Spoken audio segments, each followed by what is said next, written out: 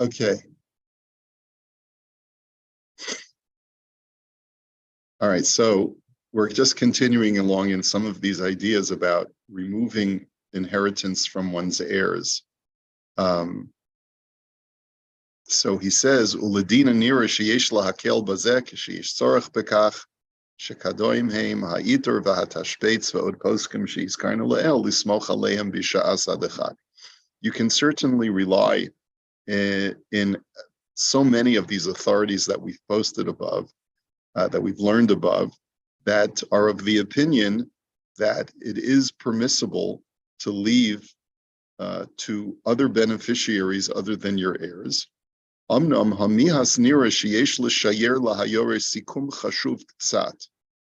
says, but it would still appear that you should leave to your true heirs a significant portion. He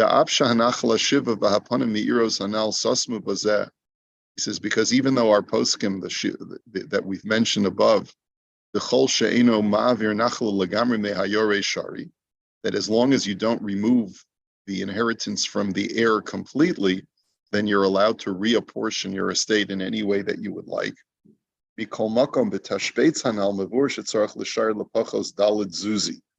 says, but he says, the Tashbeit says you have to leave over at least 4 zuz to your heir.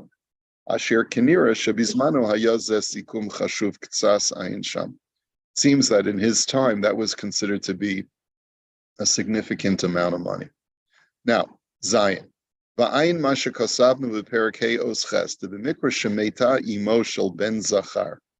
What we wrote in Perek Hey, that in a situation where a son's mother passes away, kodem misas aviv, before the father passes away, notel ben zeh bi'izavon aviv kedei shir kesuvas imo. He says, so we said before, let's say it's a second marriage, father and mother. Basically, the mother negotiated in her ksuva that whatever children that she had from her previous marriage would receive, based on what's written in her ksuva, a certain amount before the estate is divvied up, and then the estate would be divvied up afterwards. And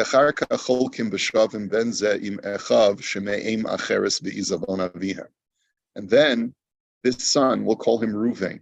So Ruvain was came into basically Yaakov and Rachel got married, and Rachel negotiated, Yaakov, you have children from your previous marriage. Any children that we're going to have together, they get above and beyond the regular portion of the estate. You'll give them each $100,000 or whatever the arrangement was, and that was written in the ksuva. So that's a very legal kind of thing to do, and therefore when Yaakov dies, so Ruvain, who's the son that was born to the two of them in the marriage, first gets the $100,000. Then you look at the remainder of the estate and you divide it among all the children, including Ruvain and his older half siblings that came from the previous marriage. V'hu hanikra ksuvas b'nin dichrin.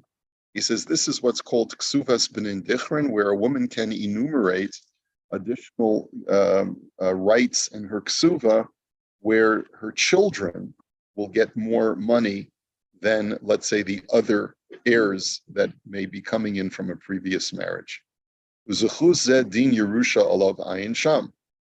and it has all the laws of inheritance. In a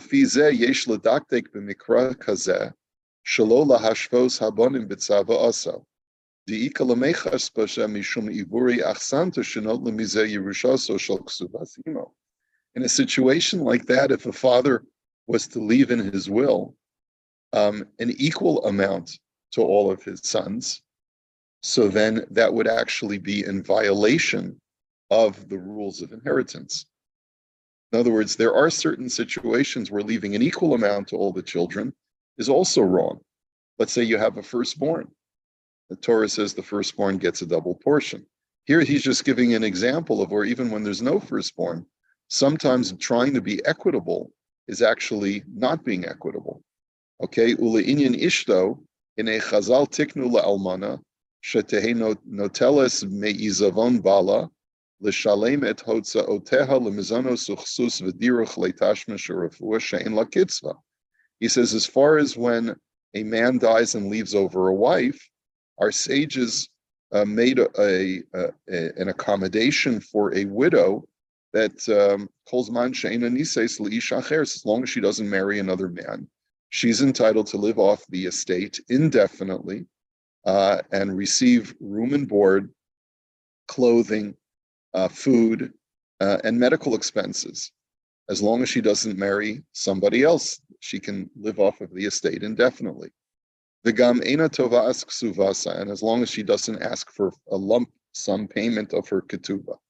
V'chemoshen yisbaru dinam elu be'evan ha'ezer simen tzadi gimel b'tzadi dalid v'ayin tes. So this is all in the Shulchan Aruch. Ume'ata mi sherotze lechazek et zechuyoteha elu be'eza ofan chuki shelo tishaer almana nodedet ein bazeh mishum ivurei achsanta. He says, if a man wishes in his will to strengthen the power of his wife to ensure that she will be able to live off of the estate, there's nothing wrong with that because you're not taking away the Yerusha from the heirs, Ela adarabba mitzvah kavod, but you're doing a mitzvah. ובמקרה שיש צורך להוסיף לה חלק יותר גדול מזה בעיזבונו, גם זה יש להתיר ולסמוך על הפוסקים הנ"ל, דלקה בזה משום עיבורי אחסנתו, כל שאינו מפקיע זכות היורשים לגמרי. And he says, and in a situation where you need to strengthen your widow's financial holdings even more, there's nothing wrong with that. It's perfectly permissible, provided that you don't deprive the heirs entirely. Now, what he's suggesting is that if a man predeceases his wife, he should still leave the estate to his children, but there's nothing wrong with making sure that she's provided for an indefinite period of time to make sure that she's not going to be destitute. So this is, quite curious because generally speaking, in the Western world, if a man predeceases his wife, he generally leaves the entire estate to his wife. And then it's when she dies, she leaves the estate to her heirs. That's generally the way it works. And according to what Rav Cohen is saying, at least in this paragraph, that would not be the appropriate thing to do. Everybody does it. Okay. So I'm just, he's taking a much harder stance. But the fact of the matter is that the Ksuva Chatzi Zachar that we started this whole work with actually works to entitle you to give away your entire estate if you want to. With the understanding, in other words, look, when my father passed away, he left everything to my mom. She was his sole beneficiary of the will because they did everything together. They shared everything. And there was no dispute as far as his kids versus her kids because they're both kids, right? So, but it's also clear that the same heirs of my father are the heirs of my mother. So in that situation, how do you look at it? Well, he left everything to her, but he had a ksuva chatzi zachar. So he basically was fulfilling all of the criteria. The reason why in that kind of situation, there's no feeling that the heirs have been deprived of their inheritance is because we know that after 120, eventually we'll receive the inheritance from the estate, whatever there's left. If she were to get married again, right, then we would have to deal with issues, right? And then she would have to protect herself with, that's not a bad idea. Maybe I should recommend a shidduch for her. Yeah. And a prenup to make sure that her husband won't get, yeah, right. Okay. Now, now, as far as whether you're allowed to leave money for charity in your will, even though it means taking away money from your heirs, Inei bahagahos harama b'yoredei siman reish mem tesif alav kasav sheyachol ha'adam latei tzedakah kol ma sheyirtzeh b'shat moto. That the Ramah writes explicitly that a person is allowed to, at the moment of his death, leave money for tzedakah. He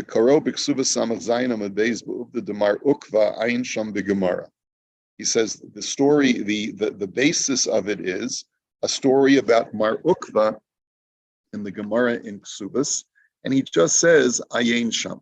So let's take a quick look at the Gemara. Ksubas Samach Zayin Amid Beis. Just give me 1 second.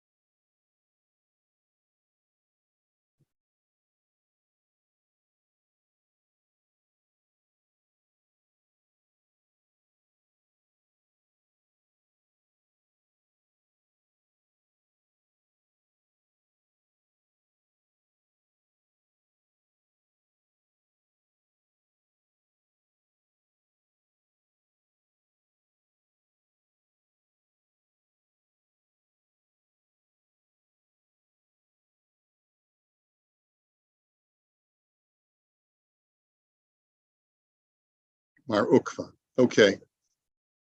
Mar Ukva hava anya b'shiva vuse da hava rogel kol yama deshadi le'arba zuzi bitzinori dedasha.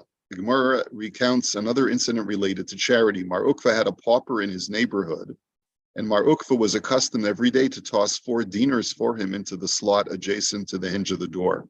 Now he did that in order to be able to leave it there without the poor person seeing him. So one day the poor person said, I will go and see who is doing this service for me. That day, Mar Ukva was delayed in the study hall, and his wife came with him to distribute the charity.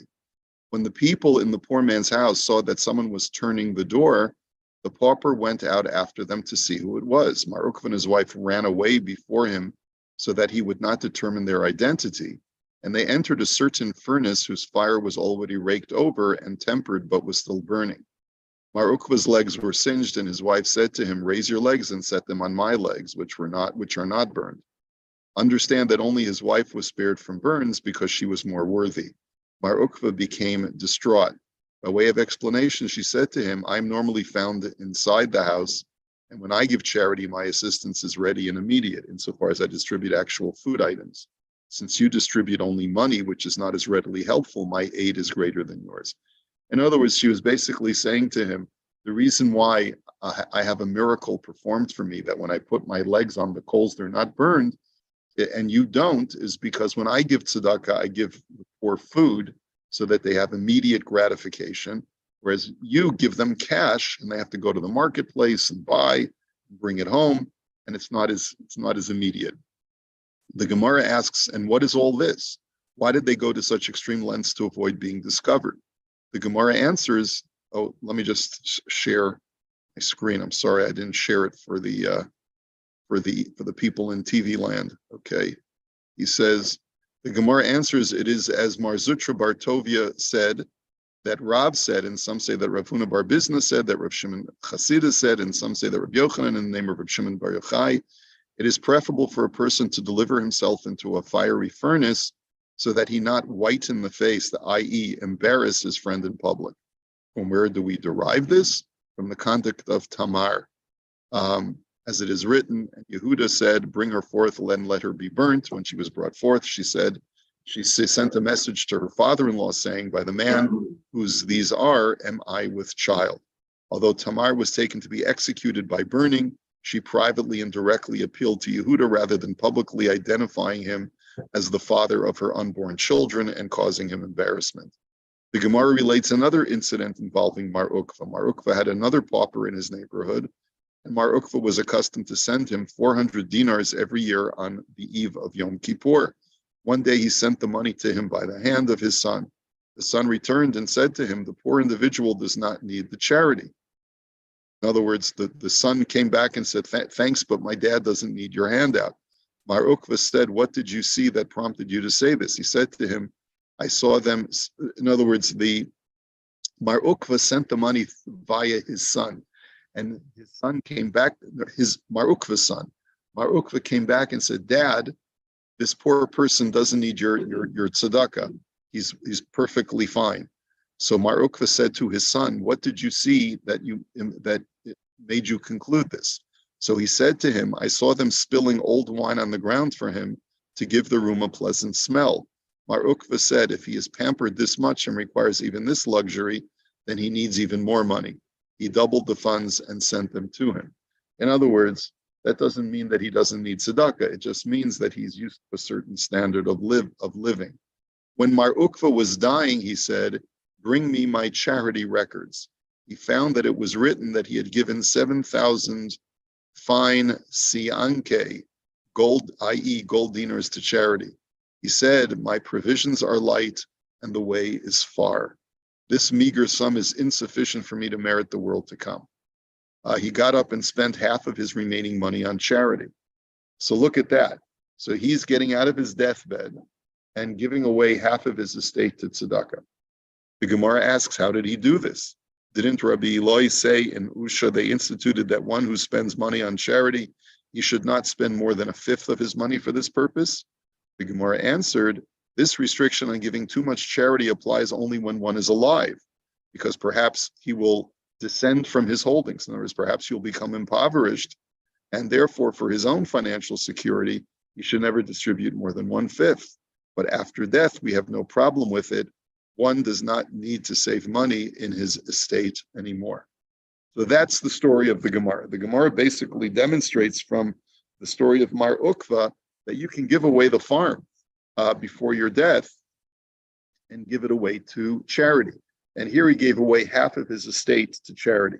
Now, what about the heirs? Why aren't they upset about this? Well, perhaps they were upset about it, but the fact is that that's the privilege of the testator. So that's the story of Mar Ukva, okay? Omnam begilion hagon Rabbi Akiva Eger b'Shulchan Aruch shamaisi midivrei hashiltos b'parshas Truma shiltos samach beis b'parshas Kitisa shiltos samach dalid she'ein latet yoter mishlish nechasav. There's another source from the Shiltos that's brought by Rabbi Akiva Eger that states that a person should not give away more than a third of his estate to charity. B'divrei hashiltos huvu gam b'chachmas adam klal kuf men dalid v'chanira shekein daito sham b'chachmas adam lahalacha she'ein latet kol nechasav litzdaka, that it seems that this is brought down lahalacha by the chachmas adam. You should not give all of your assets away to charity. Ela de almasha kasav hashiltos da atlasa v'sulo kasav sham b'chachmas adam de lenuschos de garsi be'uvda de Mar Ukva de bizbezei lepalge de mamone v'cheinu nusach be'gemara shelefanenu. The chachmas adam says, but what about the Gemara, the story of Mar Ukva? He gave away a half of his estate, not a third of his estate. So apparently there is a difference in version in the text of the Gemara. One version, which is the version that we just read from, says he gave away half of his estate. So the other version is that he gave only a third of his estate. But according to our version, muchach deshari ad mechza, it becomes clear that you're allowed to give up to half of your estate away to charity. Ba'ayin od ba'aruch hashulchan sham shehitir behechlet ad mechza. And the Aruch HaShulchan therefore rules that you can give away up to half of your estate. Ubir shamatam bazed dezeu ka'osa chalukim yorshav bin achasav shenosin mechza lahem umechza machzik la'atzmo lezuchus lenishmaso. And he says that a person is perfectly entitled to do that because what you're doing is that you're giving half of your estate for the sake of your children, and you want to retain half of your estate for the sake of your own neshama. Now, if you infer from the language of the story, Mar Ukva was doing this. He says, I don't have enough merit in my ledger. I'm looking for more merit so that when I get to the Olam HaEmes, when I get to the next world, They're going to look at my account and they're going to see that I merit to have, certain privileges based on the tzedakah that I gave. So not only is this considered a virtuous thing to do, but if a person's concerned about their zechuyot, like did I give enough tzedakah during my lifetime, they're certainly allowed to, towards the end of their life, and it's considered to be a virtuous thing that by the end of your life, you should allot a certain amount of your will to charity. And so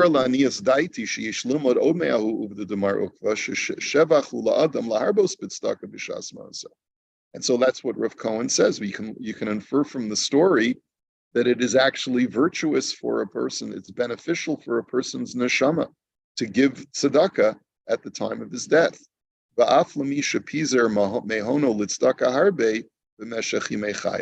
And that's true even if you gave away a lot of tzedakah while you were alive. And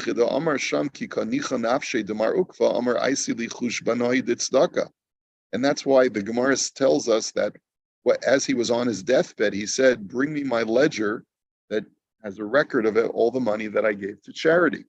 Ashkach tahavaksiv be shivas alfei dinri sianki. He says it noted that he had 7,000 zuz of really fine gold. Amar zivadoi kalili v'orcha richikta. And he said, the road is long, and I have meager provisions. Come, bizbezei lapalge mamoni adkan. And so he went ahead and he gave away half of his estate to charity. Ba'aino b'skuvas pei amid beis berashi divrei masel talmud chacham kodem v'gam b'shita mekubetza sham, etc., etc., etc. So we see from these sources that there's a benefit to the soul of the departed when he leaves money for charity. There was a, yeah.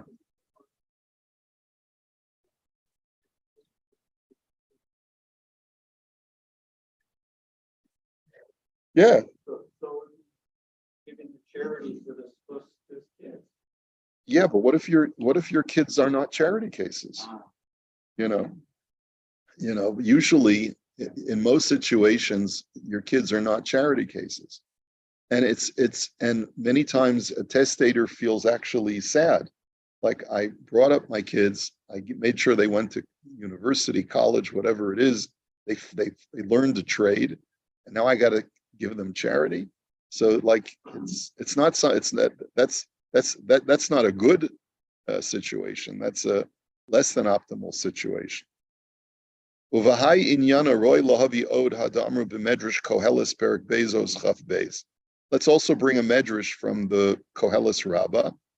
Rabbi Meir have a kasvan tav muvchar.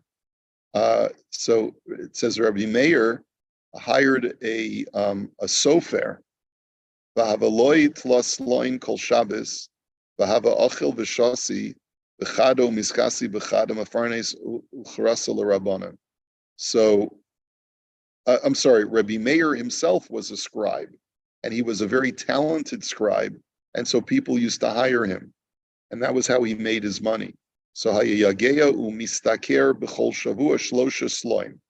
Every week he made 3 sloim, which is a considerable amount of money. V'haya ochel v'shoise be'ed echad, v'konek sus be'ed echad, v'hashlish yisaya mefarnis ba'rabanan sham.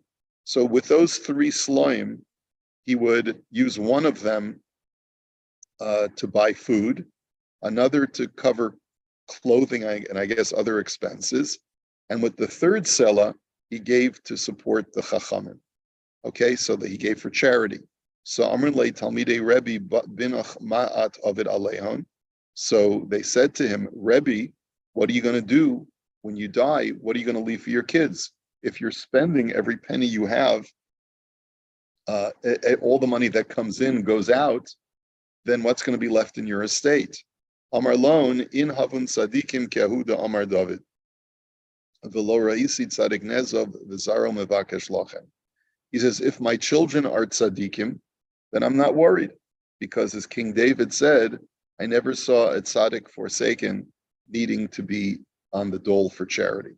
So if my children are righteous, I'm not worried about them.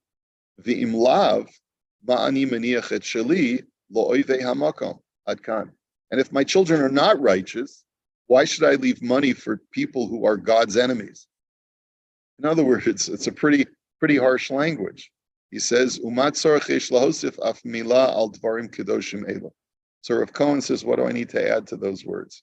In other words, you see from here that a person should not, in other words, is there virtue in leaving an estate for your children?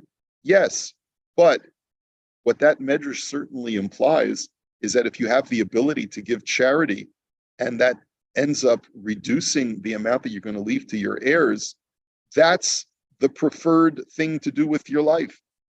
And don't worry so much about what your children are going to have, because if they're righteous, don't worry, God will take care of them. And if they're not righteous, why do you want to leave all of your hard-earned money that you worked so hard in living a virtuous life? You lived an honest life and you lived a life of Torah and mitzvahs.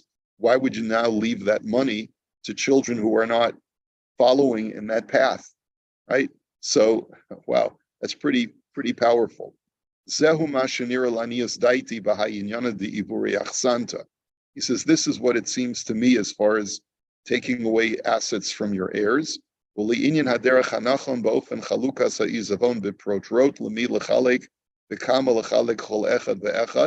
says, and as far as getting into the more finer detail, as far as how to divide your estate and how much to give to each one of your heirs, it's clear that it's up to it. Every situation is unique, according to your unique situation. And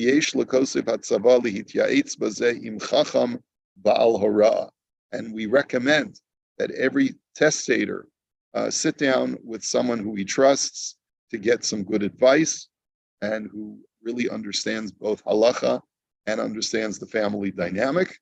And hopefully that you'll be able to sort it out and figure out what to do.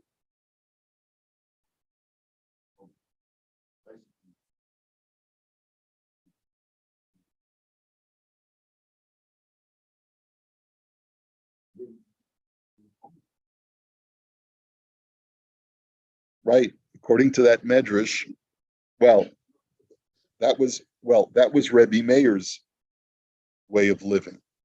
Now, Rebbe Meir was not a wealthy man, but he gave away a third of his assets to tzedakah every single week because he knew he had a steady flow of income and he wasn't worried about becoming impoverished. But that doesn't mean that you should regularly give away your whole estate. Look, you have different economic strata. You have a person who's just getting by. You have a person who has disposable income. And then you have the mega wealthy. So Rebbe Meir was just getting by. The Gemara says for someone of his stature, it was perfectly fine for him to leave over close to nothing for his heirs. That was his decision. He wanted to do tzedakah in his lifetime.